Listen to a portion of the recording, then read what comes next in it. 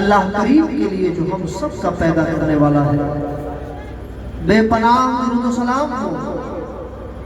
سرور کائنات صلی اللہ تعالی علیہ وسلم کی ذات بابرکات پر،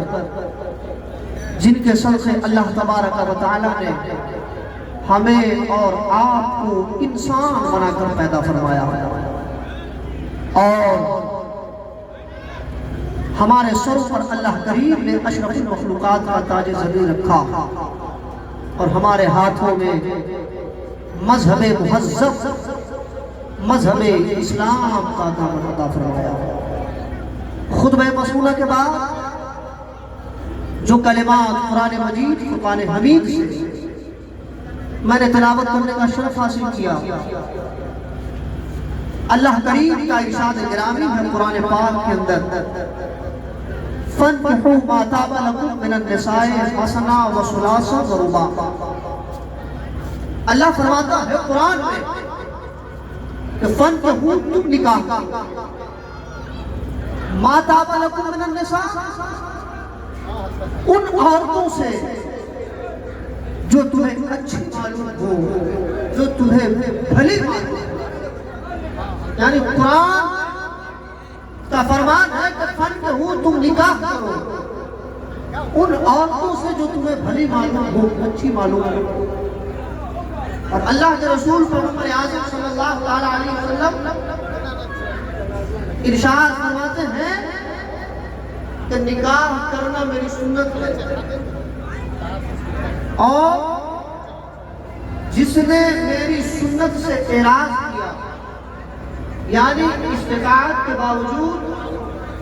طاقت و قوت کے باوجود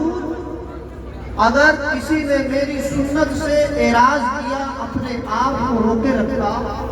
وہ مجھ سے نہیں ہے۔ اب آقا کریم علیہ الصلوۃ والتسلیم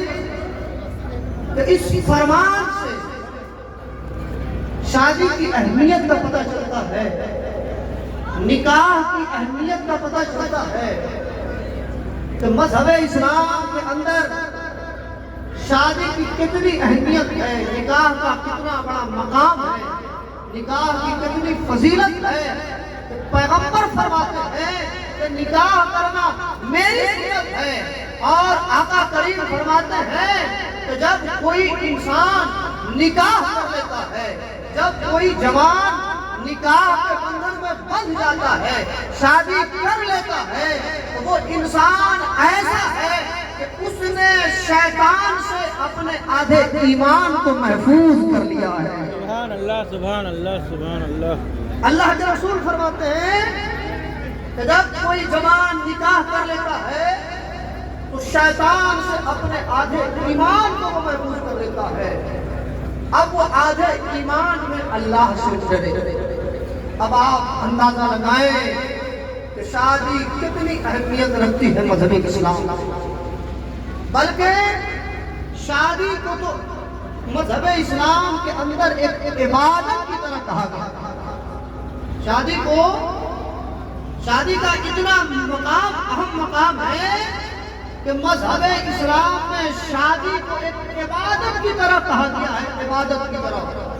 اور یہ ایسی عبادت ہے شادی، ایسی عبادت ہے شادی کہ آپ اندازہ لگائیں کہ ایک انسان لاکھوں روپے خرچ کر کے طواف بیت اللہ کو جاتا ہے،